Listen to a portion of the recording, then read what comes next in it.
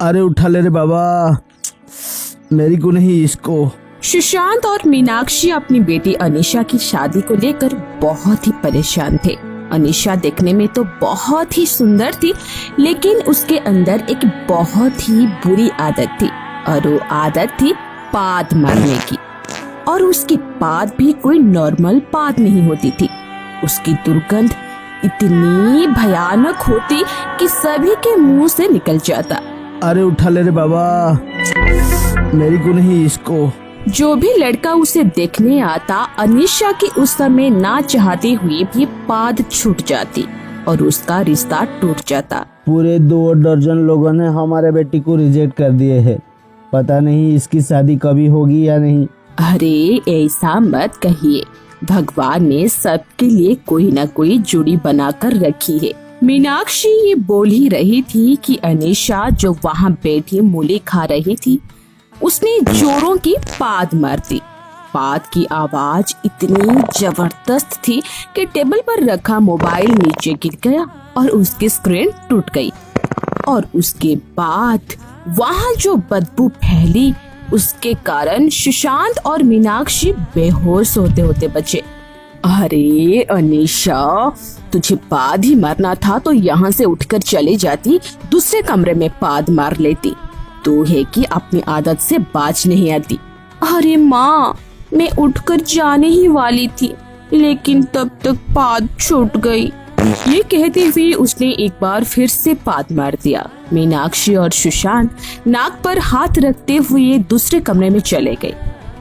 2 दिन बाद की बात है। सुशांत ने पंडित जी को घर पर बुलाया था। पंडित जी ने एक बहुत अच्छा रिश्ता उन्हें बताया था। लड़का जिसका नाम मनोज था, वो बैंक में मैनेजर था और अच्छे परिवार का भी था। उसके पिता रिटायर्ड प्रोफेसर थे, माँ हाउसवाइफ। अरे नहीं सुशांत जी, वो लोग बहुत ही अच्छे हैं। एक भी पैसा डिमांड नहीं है उनकी। अरे अच्छे खाते पीते परिवार से है। उन्हें अनीशा पसंद तो है ना? अरे 100% पसंद है, तभी तो मुझे बात आगे बढ़ाने के लिए बोले हैं। पंडित जी ये बातें कर ही रहे थे कि अनीशा दूसरे कमरे से वहाँ आई और अपना मोबाइल खुजते हुए बोली, माँ, तुमने मेरा मोबाइल देखा है क्या? मिल नहीं रहा है, मुझे अर्जेंट कॉल करना है। ये कहते हुए उसने जोर की पाद मार दी। पंडित जी जो इतनी देर से अनीशा की तारीफ कर रहे थे, उन्होंने उसकी ओर तिरछी नजरों से देखा और कहा, मुझे भी एक अर्जेंट काम याद आ गया, मुझे भी इजाजत दीजिए। ये कहते हुए पंडित जी वहाँ से नाक बंद करके निकल गए। उनके जाने के बाद, अरे बेटा, बहुत मुश्किल से ये रिश्ता मिला है, तुम अपनी ये आदत के कारण खो मत देना। मैं क्या करूं पिताजी, मैं कंट्रोल करने की कोशिश तो करती हूँ, लेकिन होता नहीं। बहरहाल किसी तरह अनीशा की शादी मनोज से हो गई। सुहाग रात वाले दिन की बात है। तुम बहुत खूबसूरत हो, मैं बहुत लकी हूँ कि तुम्हारी जैसी लड़की से मेरी शादी हुई। अनीशा जो पूरी शादी में किसी तरह कंट्रोल करके अपने पाद को दबाए बैठी थी, उसने उस मोहब्बत के लम्हे को अपने पाद से धरकरा दिया। मनोज बिस्तर से गिरते गिरते बचा। अरे कहीं भूकंप तो नहीं आ गया? भूकंप नहीं तो।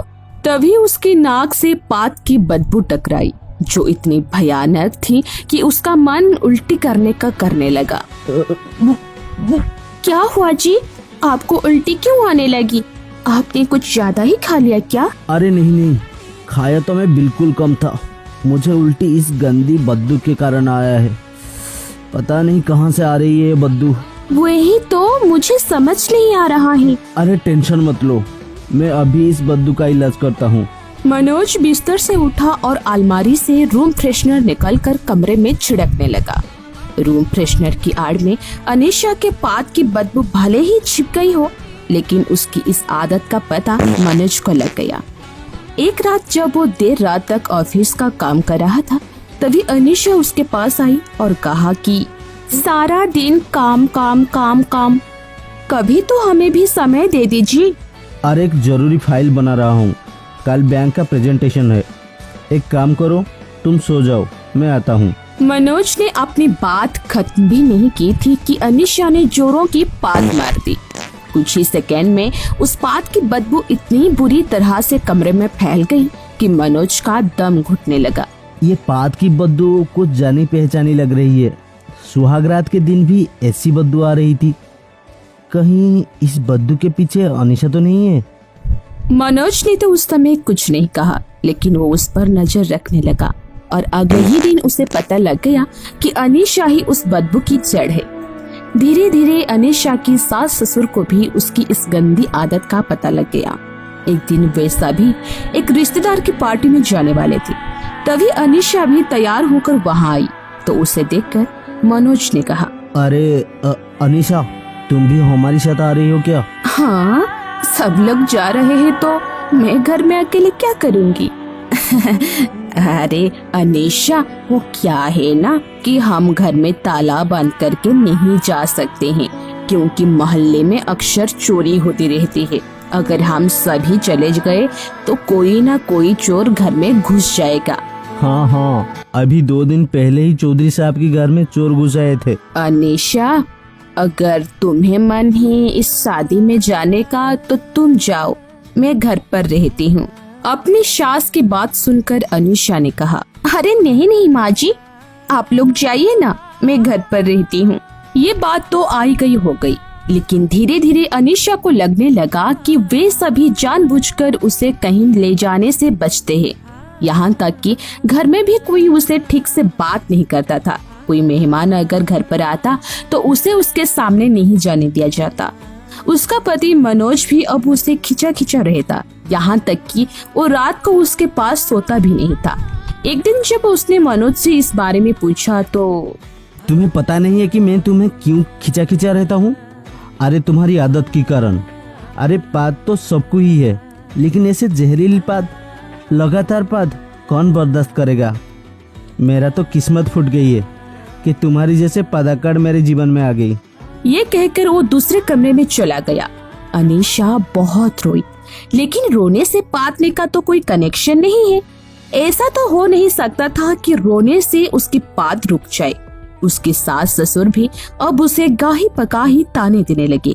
बहू, आज कुछ मेहमान घर पर आ रहे हैं।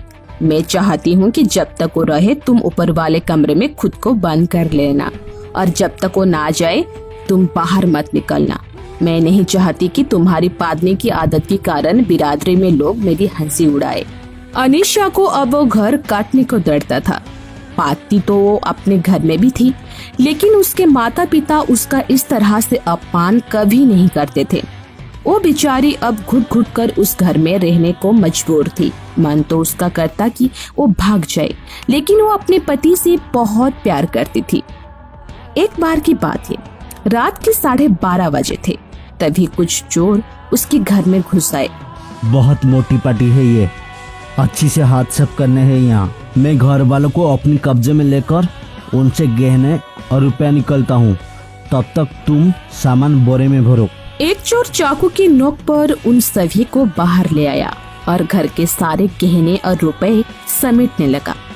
शोर और खटर खटर की आवाज से ऊपर वाले कमरे में सोई अनीशा की आंखें खुल गई और वो कमरे के बाहर आई तो उसने जो देखा उसे देखकर उसकी आंखें फटी की फटी रह गई। माल और कहाँ है घर में, बताओ, नहीं तो चाकू पेट के अंदर पूरा का पूरा डाल दूंगा। उसने देखा कि चोरों के गिरोह ने उसके पति और सास ससुर को बांध कर रखा हुआ है। उसे बहुत गुस्सा आया और वो चीखती हुई नीचे आई। तुम लोग मेरे घर में कैसे घुस आए? और मेरे पति और सास ससुर को तुमने क्यों बंधक बनाकर रखा है?